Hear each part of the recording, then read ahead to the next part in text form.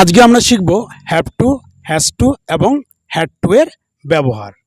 তো কোন কোন ক্ষেত্রে আমরা হ্যাভ টু, হ্যাজ টু এবং হ্যাড টু ব্যবহার করব। আমরা বাংলায় যখন বলি আমাকে যেতে হবে, তাকে বই পড়তে হবে, তাদেরকে স্কুলে যেতে হবে, আমাদেরকে ফুটবল খেলতে হবে, অর্থাৎ করতে হবে, খেতে হবে, যেতে হবে, পড়তে হবে, এইরকম যদি বাংলা বাক্যে থাকে তাহলে আমরা কী ব্যবহার করব? হ্যাভ টু অথবা হ্যাজ টু। আর হ্যাড টু হচ্ছে হ্যাভ টু এবং হ্যাজ টু এর কি ফর্ম? Past form. মনে থাকবে। এবং এক্ষেত্রে বাক্যের গঠন হলো সাবজেক্ট প্লাস হ্যাভ টু অথবা হ্যাজ টু প্লাস ভার্বের ফার্স্ট ফর্ম প্লাস কি অবজেক্ট। হ্যাজ টু কখন হয়? যখন পার্সন থার্ড পার্সন কি হয়? সিঙ্গুলার নাম্বার হয়। যেমন হি, শি, ইট, রাম, তার মানে কোনো একজন ব্যক্তির নাম, ফাদার, মাদার, সিস্টার, সেক্ষেত্রে আমরা ব্যবহার করব কি? Has to. ক্লিয়ার? তাহলে এবার যদি বলি আমাকে খুব সকালে উঠতে হবে, I have to get up early in the morning. I have to get up early in the morning. আমাকে এখন যেতে হবে, I have to go now. I have to go now. এবার নির্ণয় বলো। আমাকে রান্না করতে হবে, I have to cook. I have to cook. এবার বলো তো মাকে রান্না করতে হবে, Mom has to cook. Mom has to cook. এখানে আমরা হ্যাজ টু ব্যবহার করলাম কেন?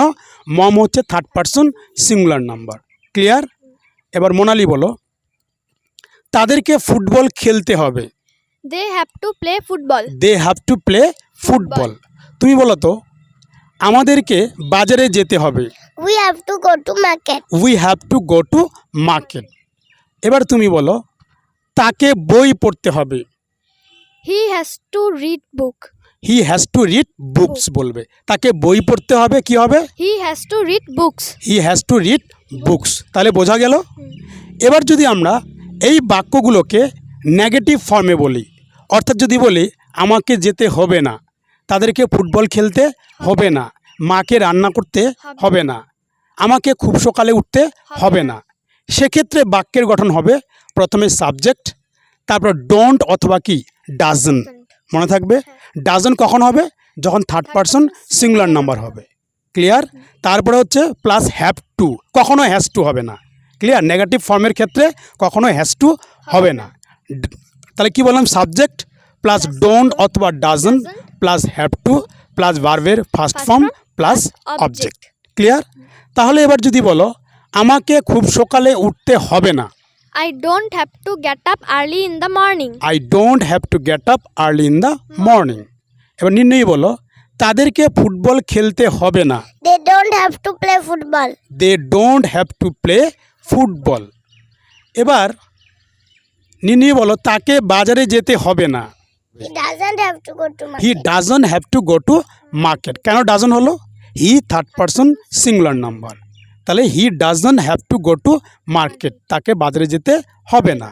এবার তুমি বলো তো আমাকে রান্না করতে হবে না, I don't have to cook. I don't have to cook, আমাকে রান্না করতে হবে না। এবার নির্ণয় বলো আমাদেরকে ফুটবল খেলতে হবে না, We don't have to play football. We don't have to play football. তাহলে বোঝা গেল? খুব সহজ। কঠিন কি? খুব সহজ। এবার যদি আমরা প্রশ্ন করতে চাই যে আমাকে কি যেতে হবে, তোমাকে কি বই পড়তে হবে, তাকে কি রান্না করতে হবে, ঠিক আছে, সেক্ষেত্রে আমরা কি করব?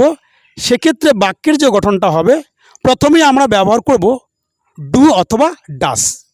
ডু অথবা ডাস। ডাস কার জন্য? থার্ড পার্সন সিঙ্গুলার নাম্বারের জন্য। ডু অথবা ডাস, তারপরে কি সাবজেক্ট, তারপরে হচ্ছে হ্যাভ টু, সবসময় হ্যাভ টু হবে, মাথায় রাখবে। হ্যাভ টু, তারপরে ভার্বের কি form? First form plus object. তাহলে কি বললাম?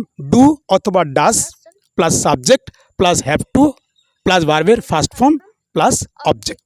তাহলে এবার মোনালি বলো আমাকে কি যেতে হবে, Do I have to go? Do I have to গো, আমাকে কি যেতে হবে, ডু আই হ্যাভ টু গো। নির্ণয় বলো তাদেরকে কি খেলতে হবে, Do they have to play? Do they have to play, তাদেরকে কি খেলতে হবে। এবার নির্ণয় বলো তো তাকে কি রান্না করতে হবে, Does he have to cook? Does he have to cook, তাকে কি রান্না করতে হবে। এবার বলো তো মাকে কি রান্না করতে হবে, Does mom have to cook? Does mom have to cook, মাকে কি রান্না করতে হবে। এবার মোনালি বলো, আমাদেরকে কি স্কুলে যেতে হবে?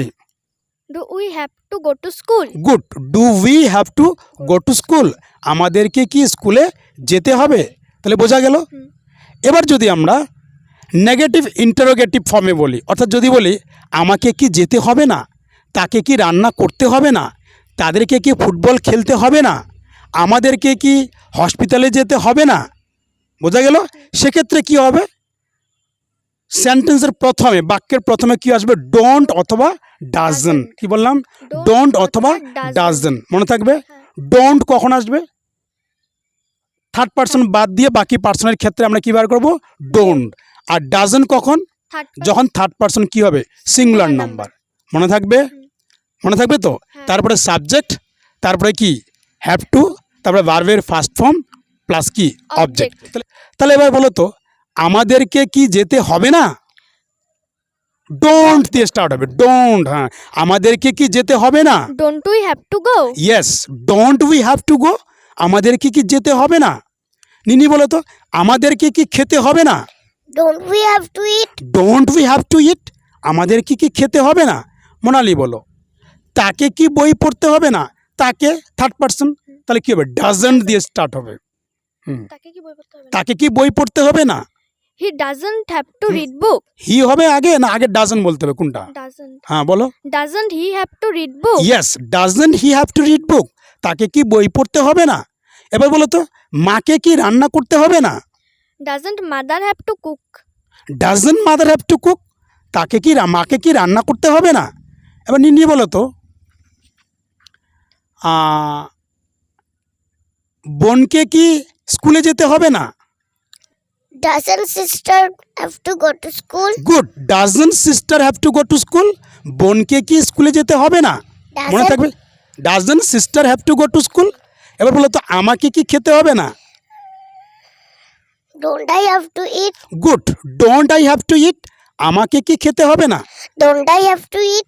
তাহলে বোঝা গেল, এভাবে আমরা হ্যাভ টু এবং হ্যাজ টুকে ব্যবহার করতে পারি। ঠিক, I hope you like the class. If you like the class, please like, comment and share. We'll meet you in the next video. Till then, keep practicing. Have fun. Bye-bye.